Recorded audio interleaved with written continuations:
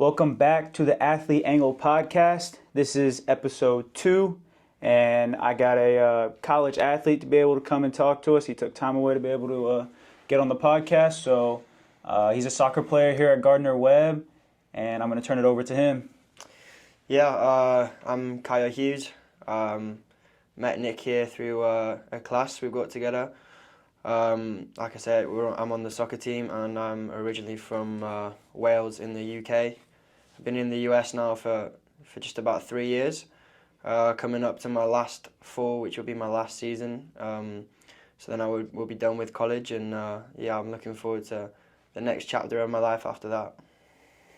Yeah, that's great. What kind of experience have you had in the US so far with, playing overseas and going to school here and getting an education? Yeah, so I kind of look at it as in 2 chapters. So when I came over, I opted for the community college route. So I lived in Syracuse in upstate New York for 2 years.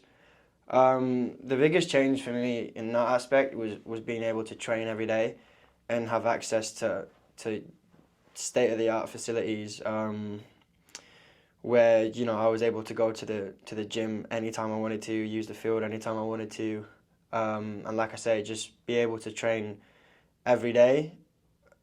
A big difference as well was the nature of the season. In Europe and the UK, you kind of play all year round, and the season is prolonged, and you max have 2 games a week. Mm-hmm. And I came over here, had pre-season, which was really intense for 2-3 weeks, and then straight into a really intense season where I was playing 2-3 games a week. And sheesh.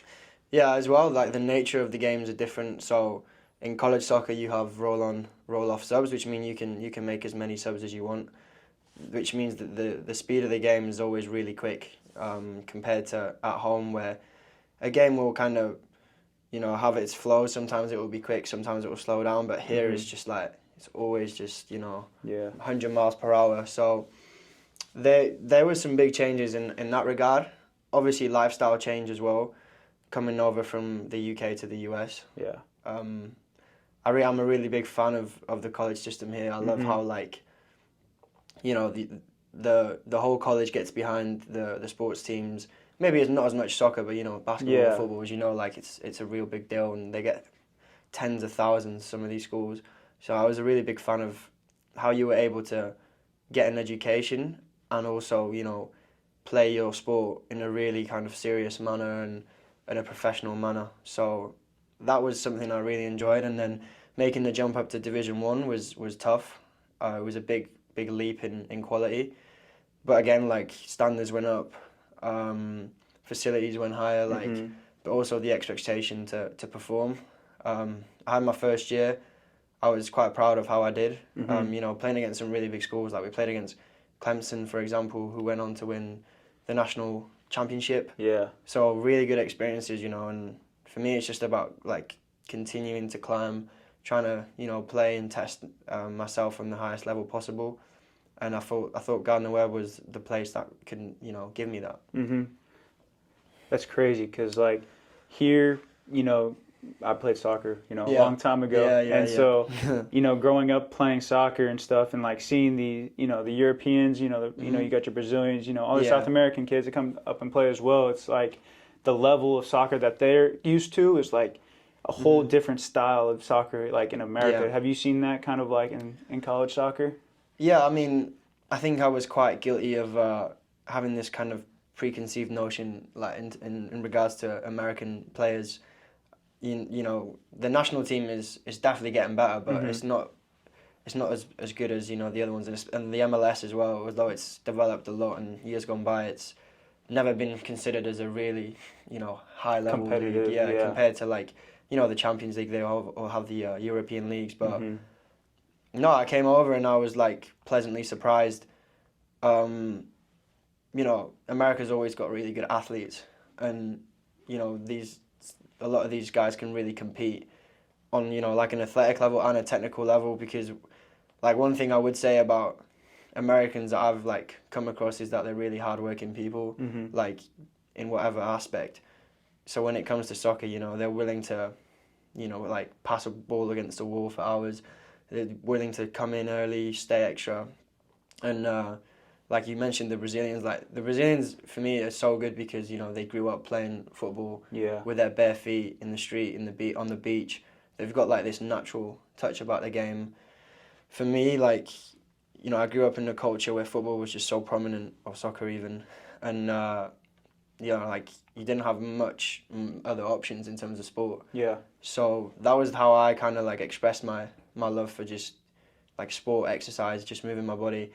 But I love how like you come to Gardner Webb and you've got all these different cultures, and where you come from doesn't define how good you are. Yeah. How many different like countries are represented? We've got so many. We've probably got over 10. We like from Australia to like Brazil to America to Europe, UK, Australia. So like it's literally everywhere, and it's like a cauldron of just different cultures and characters. Yeah, that's crazy. Mm-hmm. Yeah, because like playing football, you don't really see like that culture difference, in terms of like being from out of the country. Mm-hmm. I had my buddy in high school. He was the kicker there, but he was from France, so like it was cool to like kind of see the stuff like that mm-hmm. Just different lifestyle he kind of like grew up in and lived, and just how he carried himself for mm-hmm. sports as well, because I mean he worked extremely hard, and I think that's something that people in America kind of take for granted in terms of like being able to play sports and go to the next level. Is like they think these guys from overseas like just have it so easy because like they play in super competitive level of whatever sport it is, and they then come to the United States and they're given this opportunity and stuff. Mm-hmm. And so I feel like it's really cool to see a group of guys that just come together and from all different aspects of the world. No, definitely. Like you've got to earn it in terms of from my perspective, where I was at in the UK or in Wales as well. Like I couldn't have gone straight into a Division 1 program in terms of like, one, I wouldn't have had the interest and the offers, and two, I probably wasn't at that level at the time, Mm-hmm. So my journey was different. My journey was, like I mentioned, through community college, trying to make my name for myself. But you've got other guys who like, I know a few guys who have just had enough of how the system in the UK, it's competitive. You kind of find yourself sometimes jumping from one club to the other, trying to get the contract. Yeah. And you come to the US, you kind of pull yourself away from that pressure. Obviously there's an expectation for you to perform, but you're not the likelihood of you getting kicked off the team or having your scholarship removed compared to having a contract pulled away from you is it's light and day. Yeah. But so some like everybody uses it as a different gateway.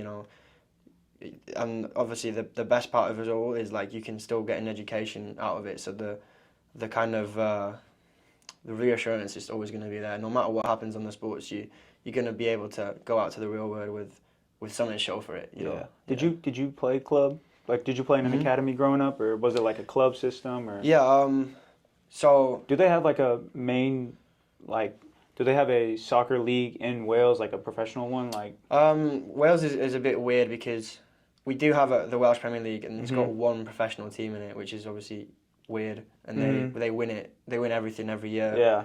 They're really hard to compete. But the 4 or 5 biggest clubs in Wales actually compete in the English system. So that would be like you probably heard of Wrexham.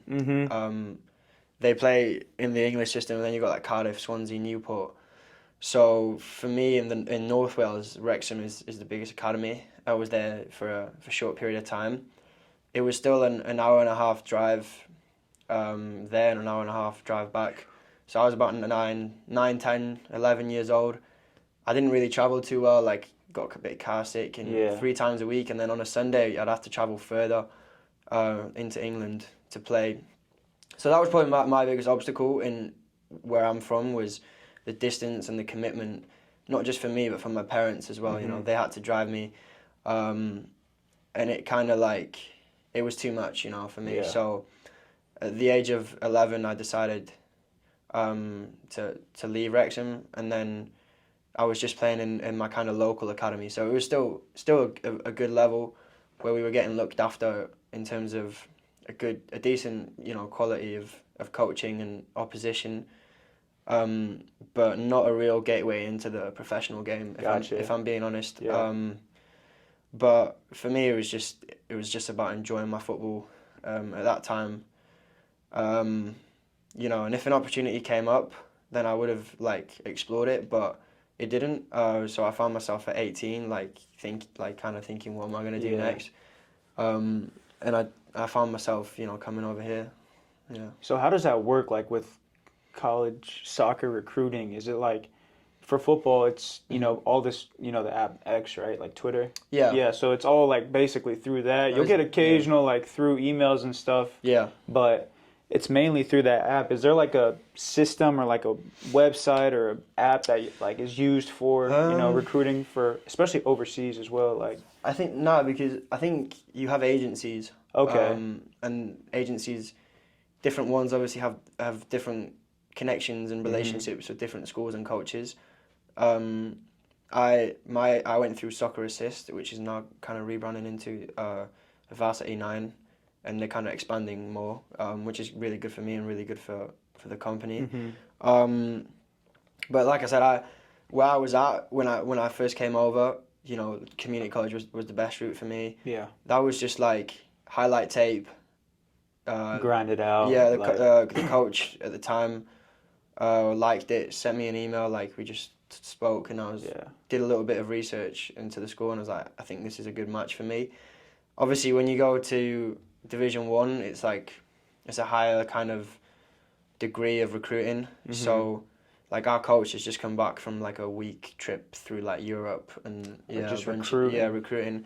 But I wouldn't say there's like an app or like Twitter or anything. Yeah. It's just like connections, WhatsApp. You know, like, because WhatsApp you can communicate from all around the world. But for me, like, so when I came out of community college, it's obviously a 2-year program. I wasn't able to enter the portal because I wasn't technically like transferring from a 4-year to a 4-year. So I was just reliant on emails, and I must have sent hundreds of emails, like 300 to 400. You know, you get the odd reply here and there, and I had some really good schools reply to me, and they kind of broke down, and you know, you just kind of pick yourself up, keep sending emails. But it was weird how this came along. I was just playing an indoor tournament, like just on one Sunday, just kind of for fun, and a coach who I'd played against in the season before approached me, and he was asking me like, have you committed yet? It's like, no, I'm still kind of looking. I was close to committing to this other school, and he said, I've got a friend, let me reach out to him, see like what he thinks. And that happened to be Coach Scott, he was at UNC Greensboro, and then he just took the job at Gardner Webb just around this time. So I spoke to him, and I just really liked his vision for Gardner Webb, and for me, like, obviously moving on after my 2 years here, and it all matched up. So I decided to take that offer. But kind of what I'm saying is, it's weird, you know, recruiting is like, from what I've learned, it happens in different ways, but it's mainly off connections. Yeah, it's kind of crazy how that like happens. You know, there's these different routes for everybody else in terms of like recruiting wise. Like, you know, football's got Twitter, basketball has whatever, soccer has its, you know, things, and it's kind of cool that you're that, you know, top couple percent that's able to you know, live out a dream as well. No, definitely. But like, for me, when I look at football or soccer, like, it's so much of it is luck, you know, like you gotta be in the right place at the right time. A certain someone takes a chance on you, you do well, and like, you know, it just builds. But yeah, it's why you just gotta keep putting yourself in the right places, keep trying to like you know, present yourself in a good way. Keep, like, you never know who's watching. Never. So that's kind of like in that indoor tournament, I wouldn't have thought anything would have come of it. But you know, that's sports and that's football at the end of the day, and it led me to where I'm at today, you know. Yeah, that's awesome. Yeah. You go home often? I try go. I go home every Christmas. Yeah. For me, that's important. It's like we don't get much time. between the Christmas break. I think I had like 3 weeks this year. I usually go home summers as well, but it's never more than about 3 weeks, which is probably the toughest part of it all. Yeah. And this summer I'm not even going to be able to go home at all, I don't think, because I'll be playing in the summer. So it's going to be a whole year away from my family, away from my friends. And that's like, I always speak about how I'm, living the dream in terms of getting to train. I live in a beautiful area, in a beautiful country, but, it's sometimes it's hard being away. You miss birthdays, you miss celebrations. And Would you say that's probably your biggest obstacles, like coming to America? Yeah. It's difficult because obviously not just being away from them, but like when you're going through adversity at home, like if you had a bad game or a bad training session, you go home and like you've got people around you. Whereas here you just go back to your dorm or your apartment and you're just like on your own. Start overthinking. In your thoughts. And I mean, it's something you got to learn to obviously to deal with and like to obviously not let it get the best of you. And I think it's just a reality of a pro footballer's life or a pro soccer player's life. You're gonna be on your own a lot. You're gonna be away from your loved ones. So that's kind of like how I think about it. Just the price I have to pay. And I do try and make the most of it. I get really busy when I'm at home trying to catch up with everyone. Yeah. And it goes by really quick each time, and it's always something I look forward to. Going home.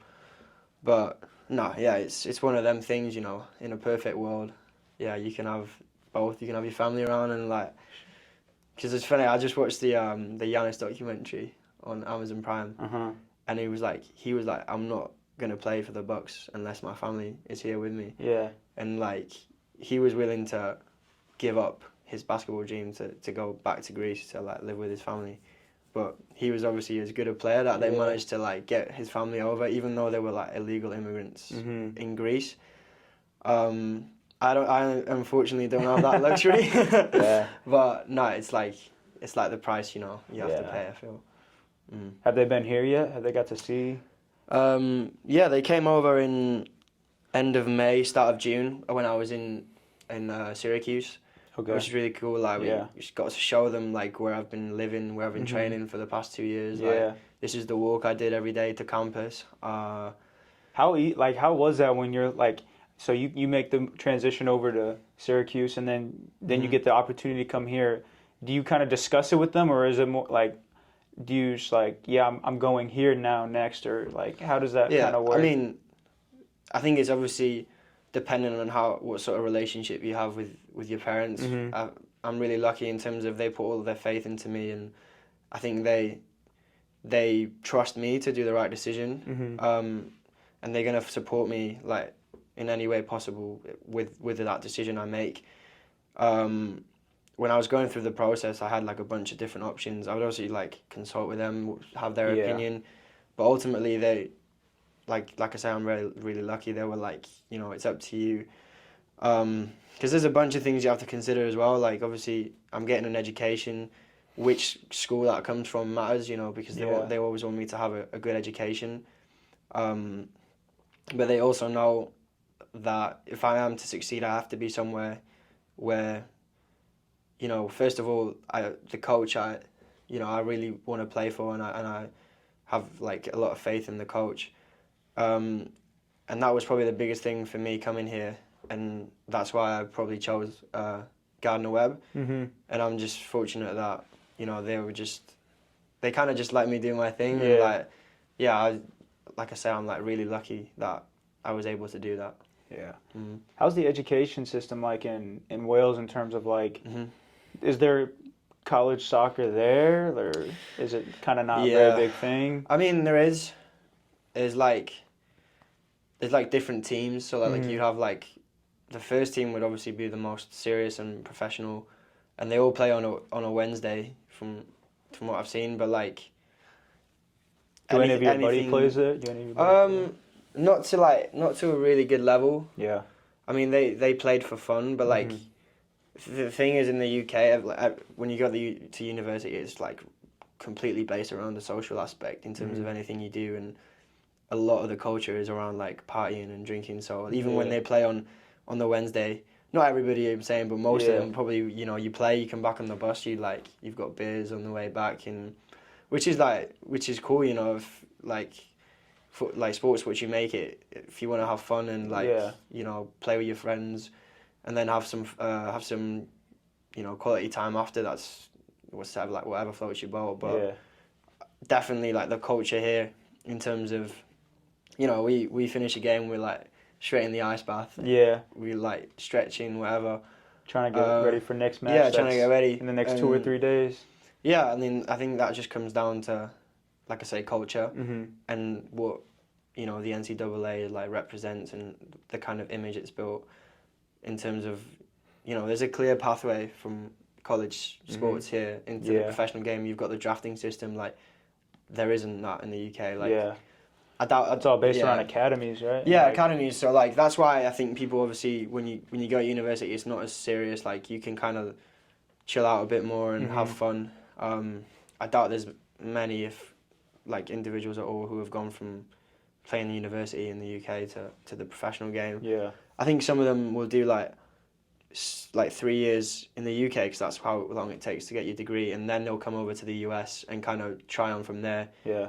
But like, you know, you got to be in the right environment to thrive, and for me, the right environment was in the US and in the NCAA. So that's why I made that decision. Yeah.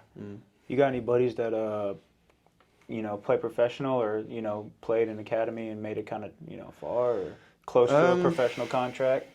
Yeah, I mean, again, like the area I'm from, it's really hard. You know, you hear some guys who have done really well for themselves, and usually the correlation is that they move away when they're young.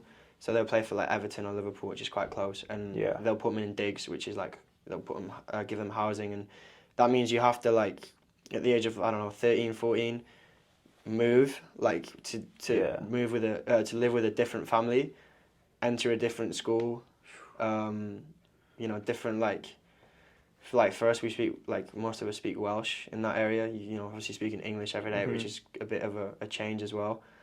So no, I've had friends guys I knew like who have. One of my very close friends from back home, his name is Daniel Gossett. He played like a decent amount of games professionally for Oldham and TNS, and now he's playing in the Welsh Premier League. So like he's been a really good mentor for me in terms of like what it takes to. He knows what it takes to play on that level, and the way he lives his life and the way like he's dedicated a lot of his time to just like self-development and like training and looking after himself. It's definitely had a big impact on how I look at things. But to be honest, not like for me, in my opinion, for the amount of talent that there is in North Wales, especially North West Wales, which is where I'm from, like the amount of the guys who do go on to be professional is just too low. Like I can kind of piggyback on that too, because like my club team, we had the center mid who was crazy. I mean, he just had like a sprinkler head. He could turn his head and just put the ball wherever anytime, and just like because the DA teams at the time, the development academy, they were in Clearwater, which was an hour and a half drive from where we were at. So, you know, if you wanted to play DA or, you know, now it's like the MLS Next or something, but they, you know, the drive was insane. Like some people just couldn't afford it, and and so he had a couple, you know, college opportunities, but in the end it was COVID time, so it was like it just kind of killed everything. So I think he went into Mexico and played for a little bit, but I feel like that's, you know, there's a bunch of talent everywhere, but I feel like the opportunity, you have to really give up a lot and sacrifice a lot to, you know, go pro in soccer, and because like I mean, you said it yourself, kids are going at 12, 13, 14 and they're living with a whole new family, new area, just to play soccer and kind of live out that professional dream. Yeah, and you know, you miss out a lot. So like I wouldn't say that I missed out on my childhood or like my late teens, Mm-hmm. you know, at all. I had a lot of fun. Like, Yeah. I was with my friends, had a pretty normal school life. But like, I do know of guys who missed out on that, and even then haven't been given the reward that they maybe deserve, because the reality of it is that football or soccer is just, it's a cruel game. Like, and like I said earlier, a lot of it revolves around luck. Yeah. Like staying fit, being in the right place, being given the right opportunity, and yeah, like unfortunately some guys have just missed out on that. And it's also like you say, like your friend, he had to move to Mexico. Not had to, but he went to Mexico to play. Like, then there's the other question of whether you can handle, like I say, living on your own, being away from your family. Yeah. So it's like, it really isn't as simple as how good you are Mm-hmm. at the sport. It's all these other barriers that come with it, and it's whether you can like, you know, jump over them, or you can resist them. Yeah. And then you have a chance. It's not even like, yeah. Is your goal to go professional in America, or is that a goal? Yeah. Or play for, you know, the Wales national team? Like, how does that look like now? I mean, like, do college like players play for their national team? Yeah, I mean, obviously depending on what national team. Mm-hmm. We've just had literally a teammate now who's just come back from duty with Aruba. He played against the DR. So like, obviously, like, never say never. It would be a massive challenge, and Wales are like a really good team, and they're doing really well at the minute. You know, some guys like will get called up to the under-21s from like different European countries.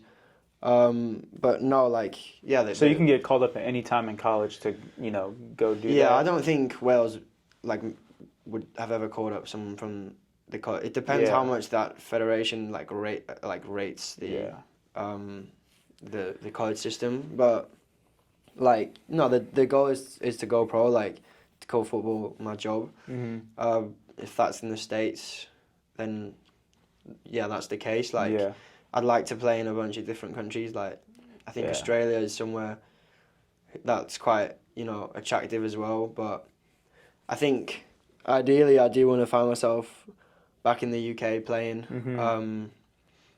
You know, there's obviously a lot of professional clubs in the UK. Not maybe in the area that I'm from, but it's obviously much closer to home. Yeah, for sure.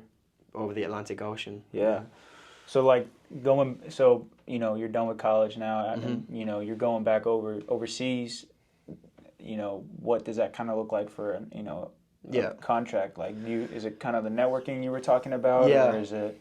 I mean, it's choppy waters for sure. Like, it's got to have references like, from other coaches too, and like. Yeah. So, what's good at the minute is that a lot of these MLS Next teams are kind of popping up everywhere. Soccer's really coming along in the US, and you know, that's amazing. It's also a bit harder if you're international, because they have a limited amount of roster spots. Okay. What's the number? I think it's like, it depends like what level, but I think MLS Next is like 7 at the minute. Gotcha. I don't know if that's right. How like high does the age group go to, like, for the MLS Next? I'm not even sure. Again, it's like, I don't know. It's pretty new, no? Yeah, it's all pretty new, and it's all quite confusing to me. I know that, like I say, a lot of clubs are popping up. So this summer, I'll be playing with Jacksonville Armada, which will be in the MPSL, which is like semi-pro. Gotcha. But then in the turn of the new year, 2025, they're scheduled to go into the MLS Next Pro. So like, if I do well enough in the summer, then that's like a door that could. So that's almost kind of like a job opportunity. It's like an extended trial over the summer. I've obviously got the one more fall as well. I'm hoping to really like kick on, and hopefully that will open up some doors as well. But you know, I know a lot of guys who have got really good quality, who are just kind of finding themselves stranded coming out of college. Like, went on a few trials here and there, maybe didn't work out. And shoot, I feel like it's expensive too to maybe have to travel. Yeah. I mean, the teams probably aren't paying for it at all, right? No. Yeah, I mean, like, we just went this past Wednesday to watch Asheville against Knoxville in the Open Cup, and our coach is also the coach of Asheville, and you know, he was saying to us like how privileged we are to kind of still be in college and still have the opportunity to make a mark and try and get that contract, where he's got guys. Some of these guys I played against, and they're like really good players. they're flying to Asheville to play this game just in the hope that, somebody will see him and give him a chance. And it's like, it's their last chance.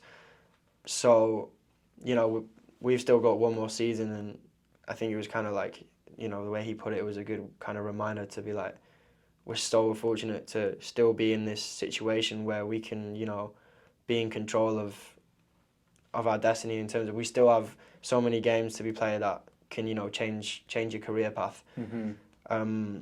But no, it is hard. I think especially here, it's because like, you're either like kind of professional or you don't even play almost. Like I feel in the UK, you've got the pyramid is so extended.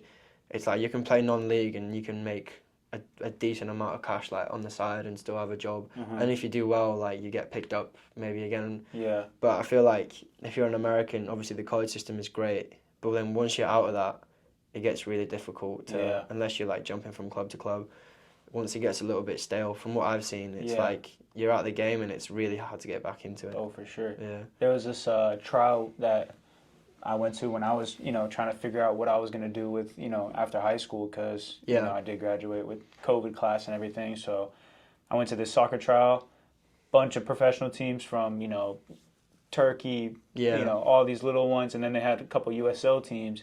Out of like 200 people at the trial, only one person got a USL contract, and that was it. I mean, and I was fortunate enough to play with him on the USL 2 team in my town, but I mean, like, I feel like it's really like it either they're picky or they just like I'm.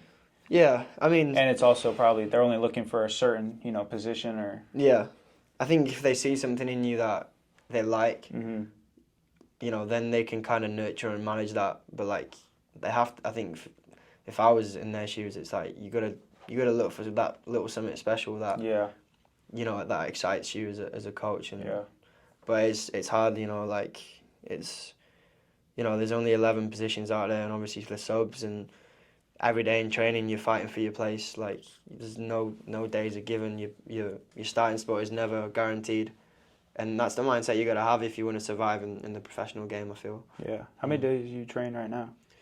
Right now, we're training around 4 to 5 days. It's obviously limited in the spring with like hours. We also lift once or twice a week. Mm-hmm. And then we have game on a weekend.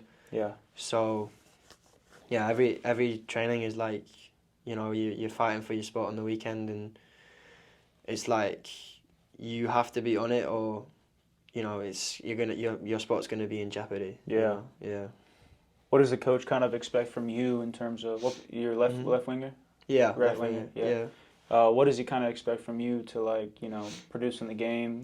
Is it a certain number of opportunities or chances created, or is it goals or? I think he doesn't really go off stats too much. Yeah. Which is good, because I'd agree with that standpoint. Yeah. You watch football with your eyes, and you can make something happen that would not result in a goal or assist. Yeah. I think he just wants me to be vertical in terms of just go forward, take risks, try things, try and be creative, try and make things happen, and that's something that's what I need. I need that license to kind of go do my own thing on the ball, but then defensively, I have a job to do, and that's kind of more structured in terms of, we have a shape, we have responsibilities. Mm-hmm. If you don't do that, then you're going to be held accountable for any goals or mistakes that happen. But obviously, as a winger, I try to chip in with as many goals and assists as I can. Of course. But no, I think just the biggest thing is just creating chances, being a threat, kind of making their defenders, always think what's going to happen, ask questions, So I think that's why he recruited me, and that's what I'm trying to deliver on the pitch as well. Yeah, that's awesome. Well, I appreciate your time, brother. Yeah, me too. I'm going to end this off with a quote. Yeah. All right? To the young generation out there, putting you on the spot. You can take a second to think. What would you say to the younger generation trying to, play collegiate sports, play professional sports, to kind of help motivate them and, Yeah. excel at that? Like for me, you know, like I've spoke a lot over the course of this podcast, is like it's competitive, it's ruthless. So yeah, I'd rather be a warrior in a garden than a gardener in a war. You know, you've got to be prepared to piss people off, to you know, to kind of go on your own, take risks, and you have to, you know, live with the consequences of them. So yeah, I'll always be ready to, you know, have to take that risk, have to put yourself out there, because that's the industry that, you know, I'm in. That's the industry you're in sports. It's difficult, and you got to be ready to be released, to move on to the next challenge. Yeah. And that's the kind of thing. That's the life you got to live with. So yeah, I'd say that's my quote. That's great. Well, I appreciate you, brother. You too, mate. Top man. Yep.